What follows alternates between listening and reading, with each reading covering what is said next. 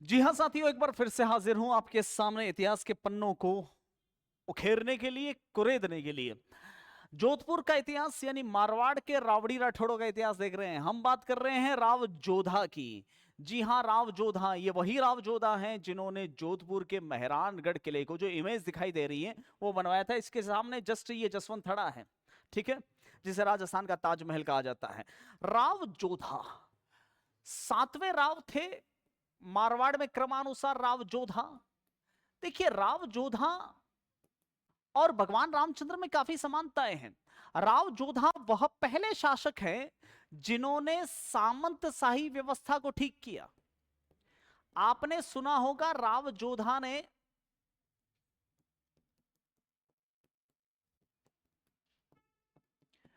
आपने सुना होगा कि राव जोधा ने मेहरानगढ़ को बनवाया है साहब। हाँ जी, ये सब जानते हैं। मेहरानगढ़ बनवाया, जोधपुर बसाया, ये सब जानते हैं। लेकिन सामंतशाही व्यवस्था के प्रारूप को एक नया रूप दिया राव जोधा ने। राव जोधा का शासनकाल प्रोफेसर जदुनाथ सरकार ने राम राज्य से तुलना की है। राम राज्य से तुलना हुई है इनके शासनकाल की। कैसे, क्यों, किस प्रकार से? जोधपुर मेहरानगढ़ तो बनाया गया साहब, लेकिन तुलना इनकी होती है राम राज्य से। कैसे, चलिए जानते हैं। देखिए, राव जोधा जो थे ना, जोधा जी के बड़े पुत्र का नाम था बीका, राव बीका। उनसे छोटे थे राव वरा, उनसे छोटे थे राव सातल, राव सातल से छोटे थे राव सूजा, राव सूजा से छोटे थे राव मालदेव, राव मालदेव से छोटे थे जोधा जी के बेटे जिनका नाम था राव दूदा, राव दूदा से छोटे थे जिनका नाम था राव पंचायण, और पंचायण से छोटे थे राव जेतमल। बहुत सारे बेटे थे। उस जमाने में शासकों के बहुत सारे पुत्र पुत्रियां होते रहते थे। एक बेटी भी थी श्रृंगार कंवर, जिनका जिक्र पिछले वीडियो में हम कर चुके हैं, जिनका मेवाड़ महाराणा रायमल के साथ विवाह हुआ था, कुंभा के बेटे, छोटे बेटे रायमल के साथ में। देखिए, राव जोधा ने एक ही बात शुरू से कह रखी थी कि धरती रो धनी तो धोरी हो सके, पर धरती रो स्वामी कभी नहीं हो सके। मतलब धरती को चलाने वाला तो इंसान हो सकता है, लेकिन धरती का मालिक कभी नहीं हो सकता। जो आजकल जो प्रॉपर्टी प्रॉपर्टी करते हैं, धन धन करते हैं, वह राव जोधा के जीवन से सीख सकते हैं। क्योंकि राव जोधा को अच्छी तरह से पता है, और वो यही शिक्षा दे रहे हैं कि आज जो हम पैसा पैसा कर रहे हैं, धन कर रहे हैं, प्रॉपर्टी कर रहे हैं, एक दिन ये सब कुछ यही छूट जाएगा और हम दुनिया से विदा हो जाएंगे। राव जोधा ने कभी भी अपने साम्राज्य का विस्तार करने की कोशिश नहीं की।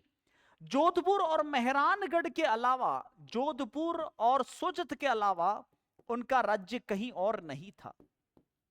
उन पर ही सिर्फ अधिकार बनाए रखा, बाकी सिर्फ जनता की सेवा करना ही उनका एकमात्र उद्देश्य था। एक राजा को चाहिए, एक राजा वो नहीं होता कि जो बात बात में युद्ध करे। मुझे राव जोधा क्यों प्रिय है, वीडियो के स्टार्टिंग में ही मैंने कहा कि राव जोधा मेरे सबसे फेवरेट है। क्यों? क्योंकि एक राजा का दायित्व सिर्फ ये नहीं होता कि वो बार बार एक ही काम करे, आक्रमण। क्यों? युद्ध ही एकमात्र विकल्प नहीं है। एक अच्छा और सच्चा राजा वो ही है जो जनता को संतान तुल्य, प्रजा को संतान तुल्य समझें। राव जोधा ने सामंतशाही व्यवस्था को ठीक किया।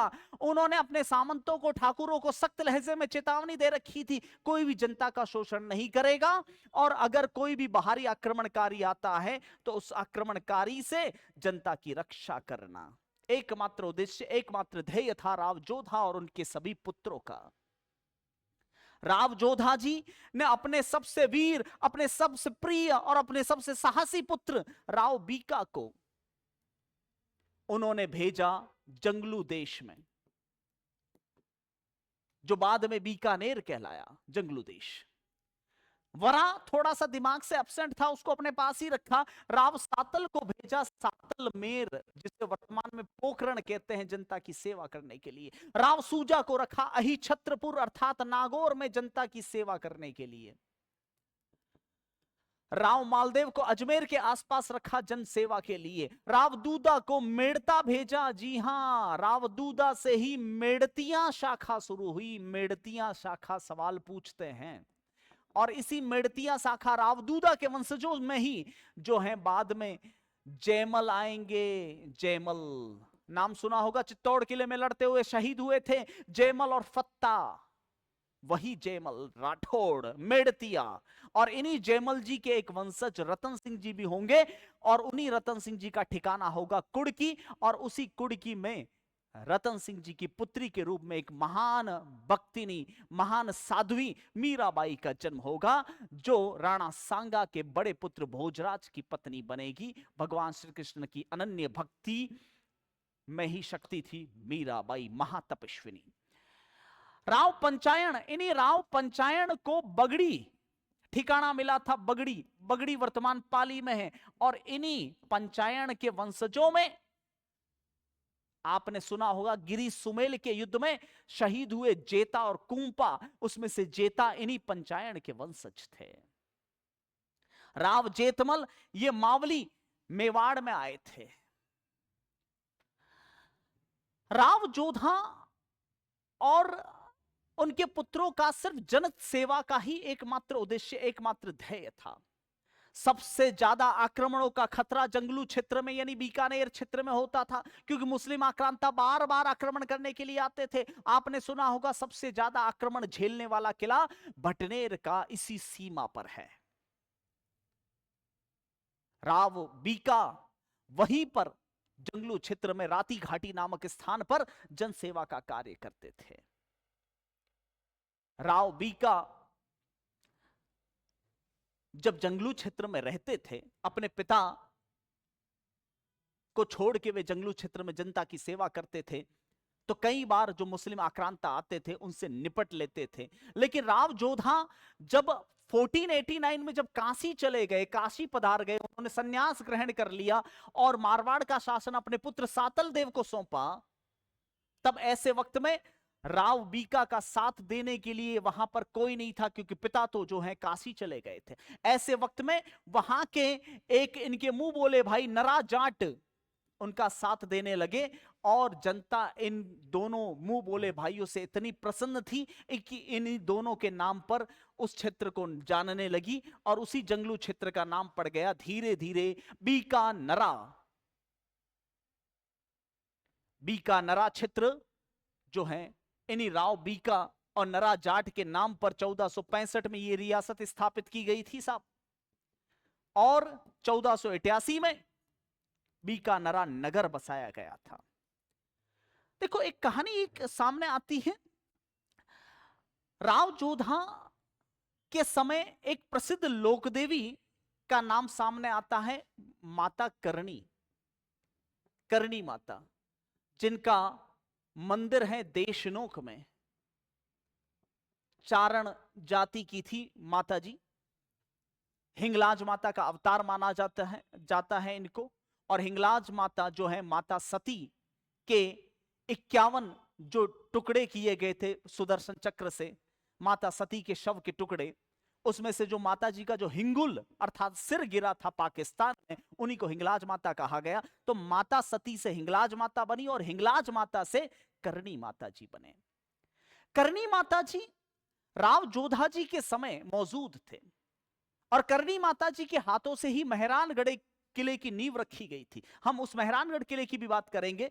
लेकिन करणी माता जितना मारवाड़ के राठौड़ों के लिए जानी जाती है, उतना उससे भी ज्यादा बीकानेर के राठौड़ों पर उनका ज्यादा आशीर्वाद था माता जी का।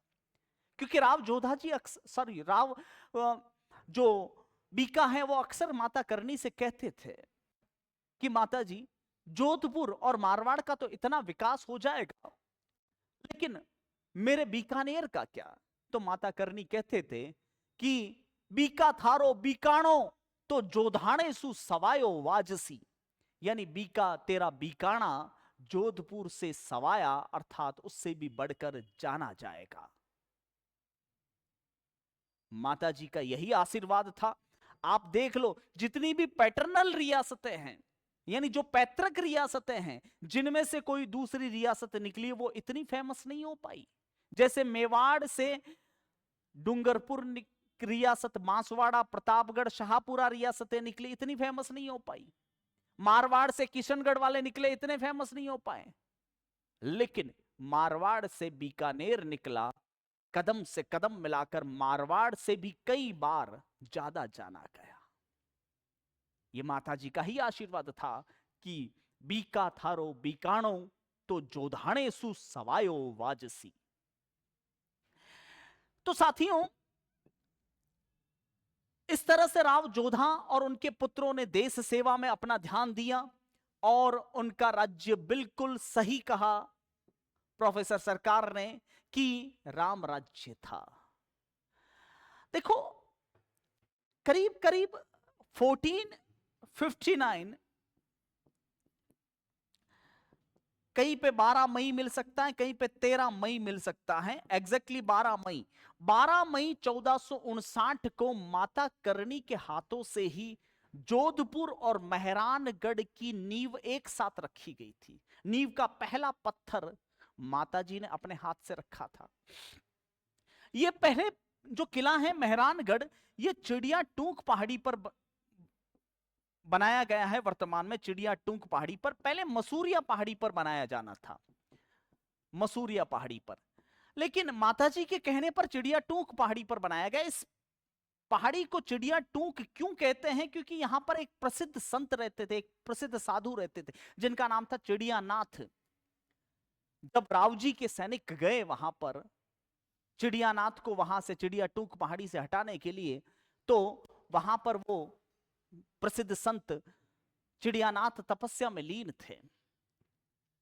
तब रावजी के सैनिकों ने जाकर कहा कि दरबार हुकुम, नवकोठी मारवाड़ा धनी राव जोधारो आदेश है कि आप अठू निकलो। तो चिड़ियानाथ ने कहा, हम लोग भी कन्नी वाता में आई गया, तुम लोग भी किसकी बातों में आ गए, मैं यहां से नहीं निकलूं। तो सैनिकों ने जबरदस्ती की, कहने का मतलब जाए के टांगड़िया पकड़ू। तो चिड़ियानाथ वहां से जो हवन कुंड के अंदर जो अग्नि भभक रही थी, वह अग्नि अपने अंगूछे, अपने टॉवल में लपेटी और कंधे पर उठाकर डोकरा वहां से निकल गया। अग्नि को, हवन कुंड की अग्नि को टॉवल में लपेट के वहां से निकल गए। मेहरानगढ़ किले पर श्राप हैं, और एक नहीं बहुत सारे श्राप हैं। उन श्रापों के बारे में भी हम अगले वीडियो में बातें करेंगे। मेहरानगढ़ किले में कभी भी उस घटना के बाद में किसी भी राजा ने अपने पोते का मुंह नहीं देखा। जो ही पोता होता था दादा रवाना, ये चिड़ियानाथ का ही श्राप था। जब तक ये जो है उम्मेद भवन पैलेस में नहीं आए, तब तक किसी ने पोते का मुंह नहीं देखा साहब। एक ऐसा का ऐसा श्राप और वहां पर ब्रह्म राक्षस का भी मिलता है। यह भी एक बहुत बड़ी घटना थी मारवाड़ के लिए। ब्रह्म राक्षस यानी एक ब्राह्मण राक्षस बना हुआ है वहां पर। कभी मेहरानगढ़ किले में जाना मत, मजाक कर रहा हूं, जा सकते हैं, लेकिन कहने का मतलब है कि वहां पर श्रापों की भरमार है। आपने जोधपुर के पास में एक गांव सुना होगा बिल्लाड़ा। बिल्लाड़ा में एक प्रसिद्ध महान देवी का नाम है आई माता जी। आई माता जी का एक बहुत ही प्रसिद्ध पुजारी हुआ करता था जो ब्राह्मण था और काफी तांत्रिक भी था। राव मालदेव आपने सुना होगा, राव मालदेव के बड़े पुत्र थे जिनका नाम था राम सिंह।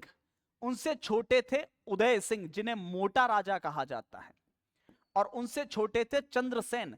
चंद्रसेन के बड़े भाई राव मालदेव के दूसरे पुत्र मोटा राजा उदय सिंह। यह मोटा राजा उदय सिंह वास्तव में मोटा था, और उसको मोटा राजा कहते थे तो लोग बोलते थे, मतलब ऐसा दिखावा करते थे कि साहब ये तो बहुत बड़ी बात है। लेकिन असली बात बताऊं, इनको जांगलधर बादशाह भी कहा जाता था, लेकिन इतिहास में उसको तोड़ मरोड़ के ढंग से नहीं लिखा गया। वामपंथी विचारधारा के इतिहासकारों ने जांगलधर बादशाह मतलब राजाओं ने उपाधि दी बहुत बड़ी।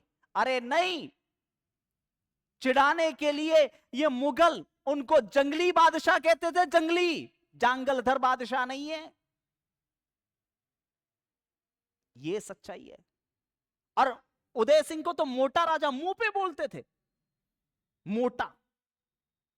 हाथ घोड़े पर बैठ के घोड़े को मार दे, हाथी मंगवाना पड़ता था, इतना मोटा था।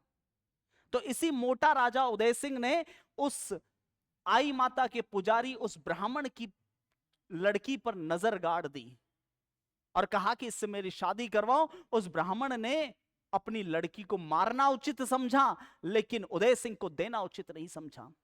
अपनी लड़की को मारकर उसने गड्ढे में दफन कर दिया, खुद आत्महत्या कर ली। वो भी श्राप है जोधपुर मेहरानगढ़ पर।